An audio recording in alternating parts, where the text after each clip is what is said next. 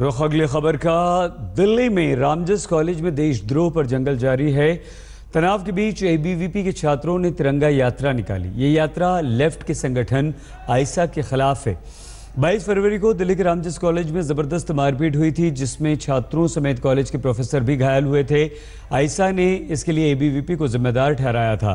मामला पुलिस तक भी गया था और महिला आयोग तक भी पहुंचा था। तो आज तिरंगा यात्रा एबीवीपी ने निकाली है। शाम को आइसा की तरफ से भी एक यात्रा निकाली जाएगी। तो रामजस कॉलेज में तनाव के बीच ये तिरंगा यात्रा निकली है। तिरंगा मार्च और तिरंगे के ठीक नीचे यहाँ पर आपको स्टूडेंट्स मिलेंगे जो कि रामजस कॉलेज में हुई घटना का विरोध कर रहे हैं और साथ ही अब शांति बहाल करने की कोशिश जो है वो यहाँ पर जारी है। एबीवीपी की अगुवाई में ये जो मार्च हो रहा है, इसमें जो तिरंगे की लंबाई आप देखेंगे करीब 180 फीट इसकी जो लंबाई है वो है। और यहाँ पर जो स्टूडेंट्स इस प्रदर्शन में शामिल है उनसे जरा बात करते हैं। आपका क्या नाम है? रमन, आप क्या एबीवीपी के एक्टिविस्ट हैं या जनरल स्टूडेंट है? जनरल स्टूडेंट है, बट रामजस के हैं। रामजस के हैं। उस दिन जो हुआ था उसके लिए जिस तरह से आज आप लोग एक ये कोशिश कर रहे हैं, इसका मकसद क्या है? मकसद ये है कि हमारे रामजस में देशद्रोह के नारे नहीं लगाए जाएंगे और जो लगाएगा उसके खिलाफ हम एक्शन ले जाएंगे।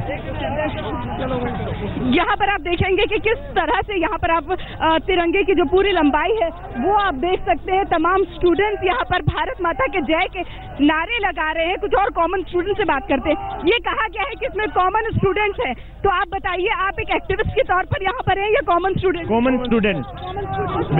एबीवीपी के नहीं हैं आप लोग? नहीं, कॉमन स्टूडेंट कॉलेज के हैं जी। ऐसा भी कहना है कि रामजस कॉलेज में उस दिन जो हुआ उसमें कॉलेज के ही छात्रों ने शुरुआत की थी। नहीं, ऐसा कुछ नहीं था। जो भी पत्थरबाजी हुई है वो बाहर के छात्र थे जो आयशा के थे, वो आके हमारे यहाँ किया था। और रामजस के छात्र हमारे साथ हैं। इनका कहना है कि कॉमन स्टूडेंट्स है ये सारे, और ये वो तिरंगा है जो यहाँ पर शान से लहराता हुआ इस मार्च का हिस्सा बना है और इस लंबे तिरंगा यात्रा की अगुवाई एबीवीपी कर रहा है। कैमरा पर्सन अजय कुमार सिन्हा के साथ रोशनी ठोक ने दिल्ली आज तक।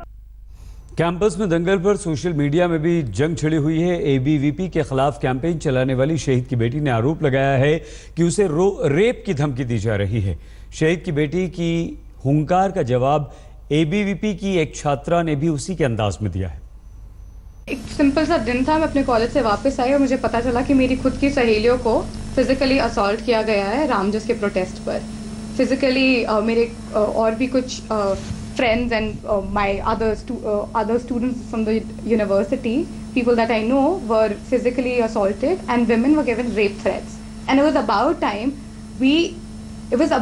we stand up and हम बोले ये ABVP वाले लोगों को, या सिर्फ ABVP क्यों, इस सिचुएशन में ABVP है, ये कोई भी स्टूडेंट ऑर्गेनाइजेशन हो सकती थी, ठीक है, पर किसी भी स्टूडेंट ऑर्गेनाइजेशन को ये हक नहीं होना चाहिए कि वो लॉ एंड ऑर्डर अपने हाथ में ले और स्टूडेंट्स के ऊपर पत्थर फेंके, लाठी चार्ज करें।